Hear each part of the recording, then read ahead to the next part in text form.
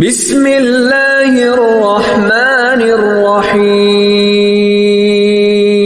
بیت المقدس وہ مبارک مقام ہے کہ جس کے گرد اللہ تعالیٰ نے بے شمار رحمتیں اور برکتیں رکھی ہیں، اور یہ مقام اس وجہ سے بھی مبارک ہے تمام انبیاء کرام نے یہاں حاضری دی، اور معراج کی رات تمام انبیاء کرام نے حضور اکرم صلی اللہ علیہ وآلہ وسلم کے ساتھ اسی مقام پر نماز ادا کی۔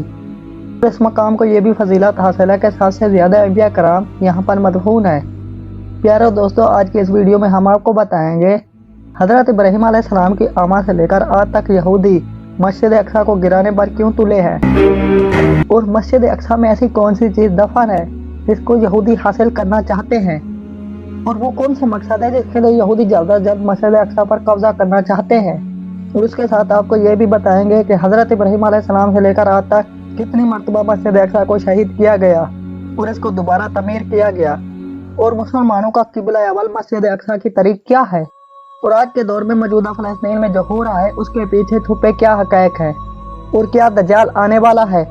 پیارے دوستو، ان تمام تر سوالات کے جوابات ہم آپ کو آج کے اس ویڈیو میں بتائیں گے، لہذا آپ سے گزارش ہے کہ ہمارے اس ویڈیو کو اینڈ تک ضرور دیکھیے گا۔ پیارے دوستو، بیت المقدس وہ مقام ہے جو تمام بڑے مذاہب کے نزدیک عزت و احترام کا حامل ہے۔ تمام بڑے مذاہب یعنی یہودی، عیسائی اور مسلمان اس کو احترام کی نگاہ سے دیکھتے ہیں۔ مسلمانوں کے نزدیک یہ مقام اس لیے اہمیت کا حامل ہے کہ مسلمانوں کا قبلہ اول ہے، اور معراج کی رات حضور اکرم صلی اللہ علیہ وآلہ وسلم نے اسی مقام پر تمام انبیاء کرام کی امامت کرائی اور معراج کا سفر شروع کیا۔ اور یہودیوں کے لیے یہ مقام اس لیے افضل ہے کہ اسی مقام پر حضرت ابراہیم علیہ السلام نے اپنے بیٹے حضرت اسماعیل علیہ السلام کی قربانی پیش کی تھی، اور اسی مقام پر حضرت ابراہیم علیہ السلام نے ہیکل سلیمانی تعمیر کیا تھا جو کہ بعد میں تباہ ہو گیا۔ اور عیسائیوں کے نزدیک اس لیے اہمیت کا حامل ہے کہ یہاں پر حضرت عیسیٰ علیہ السلام کی پیدائش ہوئی، اور قرب قیامت میں اسی شہر میں حضرت عیسیٰ علیہ السلام کا نزول ہوگا۔ میرے دوستو، ہیکل سلیمانی کی اس طرح تعمیر ہوئی۔ اس واقعے کا پس منظر کچھ یوں ہے کہ جب حضرت ابراہیم علیہ السلام کی قوم یعنی بنی اسرائیل کو جب ہدایت نصیب ہوئی تو اللہ تبارک و تعالیٰ نے ان سے خوش ہو کر ان کو تابوت سکینہ عطا فرمایا۔ یہ ایک مقدس صندوق تھا جس کے اندر مختلف انبیاء کرام کے تبرکات تھے، اور مختلف انبیاء کرام کے استعمال کی چیزیں موجود تھی۔ چونکہ اس صندوق کے اندر مختلف انبیاء کرام کے تبرکات موجود تھے، اسی وجہ سے یہ صندوق بہت ہی بابرکت تھا۔ تابوت سکینہ حاصل کرنے کے بعد یہ قوم ہر میدان میں فتح حاصل کرتی، اور اللہ تبارک و تعالیٰ ان کو ہر میدان میں کامیابی عطا فرماتا۔ اس کے بعد جب حضرت داؤد علیہ السلام کی حکومت آئی تو حضرت داؤد علیہ السلام نے تابوت سکینہ کی حفاظت کے لیے ایک ہیکل تعمیر کرنے کا ارادہ فرمایا۔ ہیکل سلیمانی کی یہ تعمیر حضرت داؤد علیہ السلام سے شروع ہوئی، جس کو حضرت داؤد علیہ السلام کے بیٹے حضرت سلیمان علیہ السلام نے 900 قبل مسیح مکمل کیا۔ اس ہیکل سلیمانی کو حضرت سلیمان علیہ السلام کے حکم سے جناب نے تعمیر کیا تھا، لہذا یہ ہیکل سلیمانی بہت ہی مضبوط اور خوبصورت تھا۔ اس ہیکل سلیمانی کے اندر تابوت سکینہ کو رکھا گیا، اور کسی بھی عام شخص کو ہیکل سلیمانی کے اندر داخل ہونے کی اجازت نہ تھی۔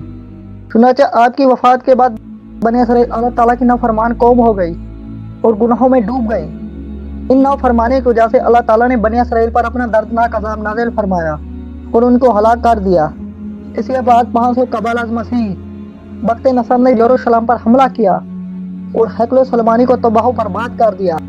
اس وقت پورے شہر میں قتل و غارت شروع ہو گئی اور تمام یہودیوں کو قتل کر دیا گیا۔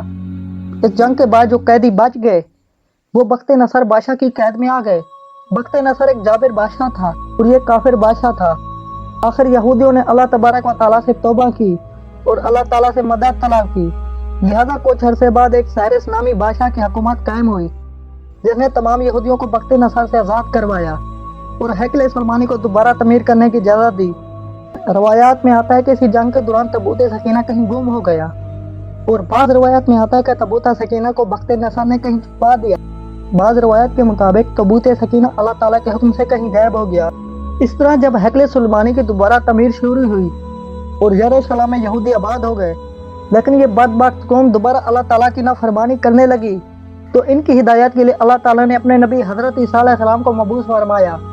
حضرت عیسیٰ علیہ السلام نے یہودیوں کو حق کی دعوت دی اور اللہ تبارک و تعالیٰ کی طرف بلایا، تو تمام یہودی حضرت عیسیٰ علیہ السلام کے خلاف ہو گئے اور معاذ اللہ ان کو قتل کرنے کی دھمکیاں دینے لگے۔ بالآخر یہودیوں نے حضرت عیسیٰ علیہ السلام کو صلیب پر چڑھا دیا، جو کہ حقیقت میں حضرت عیسیٰ علیہ السلام نہیں تھے۔ نافرمانی کے بعد پھر یہودیوں پر اللہ تبارک و تعالیٰ کا غضب نازل ہو گیا اور یہ بادشاہ جسے دنیا ٹائٹس رومی کے نام سے جانتی ہے، یہ قہر بن کر یہودیوں پر نازل ہو گیا۔ اس بادشاہ نے یروشلم پر حملہ کیا اور تمام یہودیوں کو صفحہ ہستی سے مٹا دیا اور تمام یہودیوں کو کیڑے مکوڑے کی طرح قتل کر دیا۔